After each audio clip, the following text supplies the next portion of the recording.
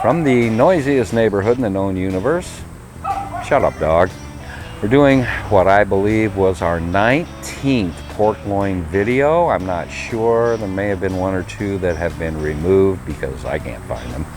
But let's just get on to it. Memorial Day is going to be a really good one. Got a few ingredients that I haven't used on a pork loin yet, and I think they're going to be really good. So let's step back into the Wayback Machine, which was just yesterday on Memorial Day, and get right to it. Stick around.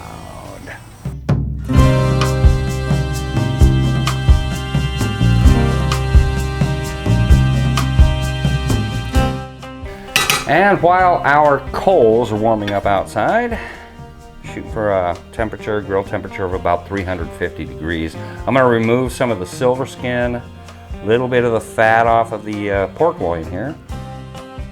A little bit on this side, probably a whole lot on the other side. You'll see in a minute. This can go. A little bit there. It's not that I have anything against fat, but wait till you see what this looks like on the other side. We're gonna have to take a lot off over there. So this is good right here, but check this out. That happens to be a lot. So originally I was just going to try to score this a little bit, but there seems to be a lot more of it than I'm willing to partake of.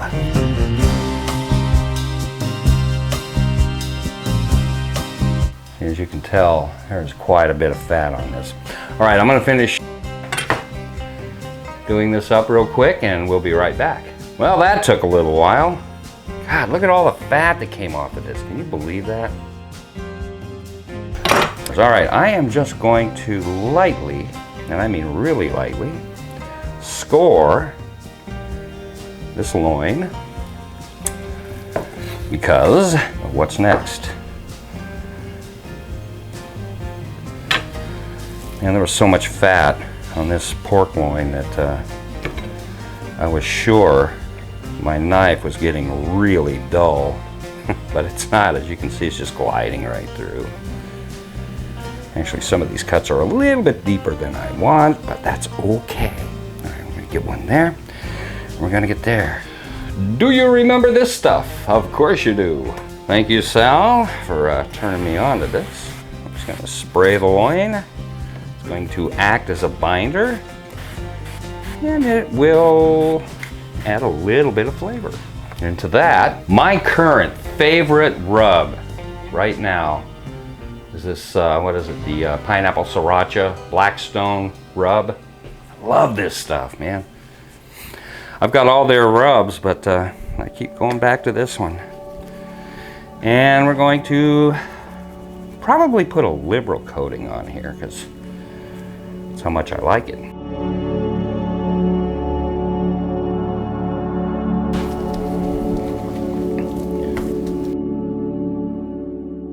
And I've got the grill already fired up. It's running at about 350, 345 right in that area, which is exactly where I want it. We'll be going out in just a moment, but first, got one more item to do here in the kitchen.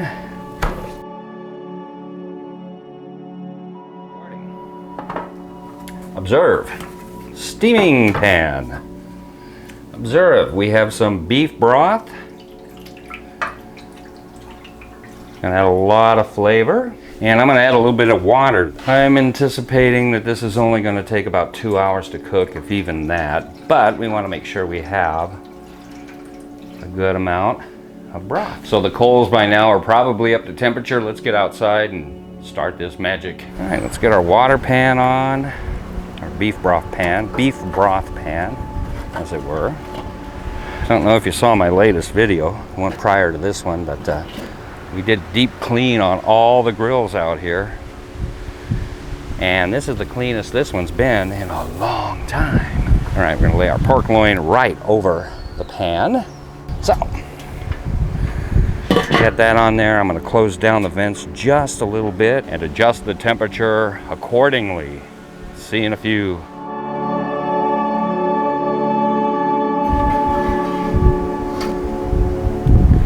essential equipment right there.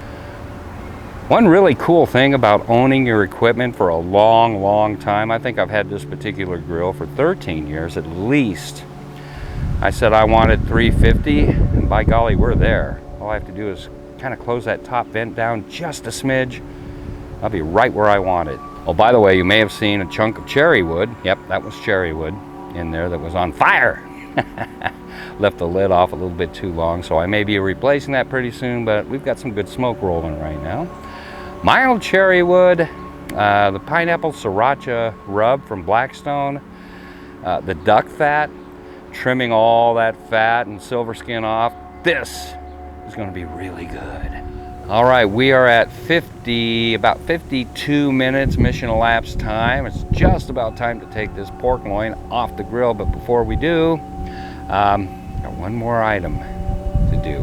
I bet you saw this coming, huh? If you haven't, now you have. This is my favorite current barbecue sauce, Blues Hog Original. We're gonna baste this pork loin on all sides. It's gonna rock. So let's get to it. Shortly after that, I'm gonna let that set up, and it'll be time to pull this off and let it rest for 10 minutes and then eat. Woohoo! Look at that. A little bit of Blues Hog. Gonna paint that on liberally, I might add, which means a lot.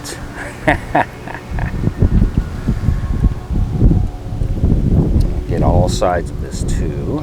May not show that on camera, but I probably will, just because I can. You know? Right, it's a pretty good idea there, Mr. Smoky Goodness guy. Paint that bottom side.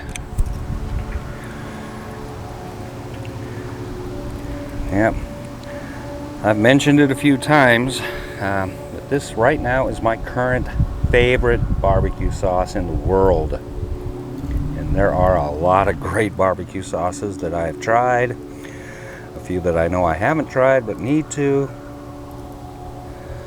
But, you know, things change.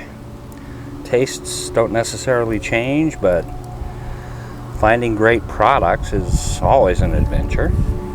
Alright, flip it over one more time.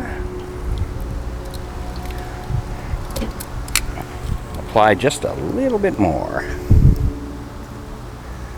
Or a lot. I'm half tempted not to spread this around. Good thick coating on there, you know? Yeah.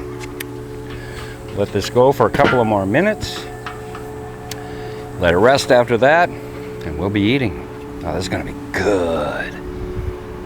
Stick around. Ladies and gentlemen, boys and girls, now is the time for the big reveal. Wow. Oh, yeah. Oh, yeah. I'm going to plate it up. I'm going to take it inside and let it rest for 5 to 10 minutes. Can't wait.